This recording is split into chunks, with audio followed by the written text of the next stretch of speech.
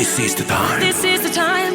We've got to get it right. This is the night. Touch me, touch me. I wanna feel your body, your heartbeat next to mine. This is the night. Touch me now.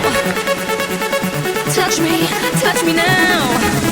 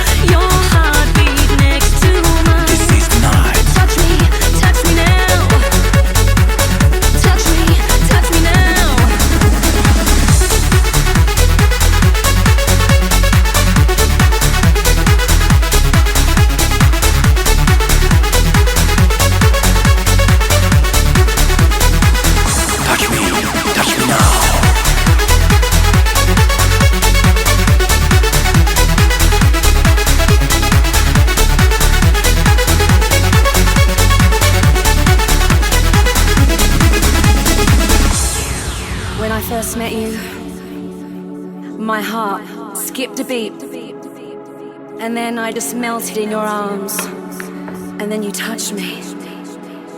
Yes, you did.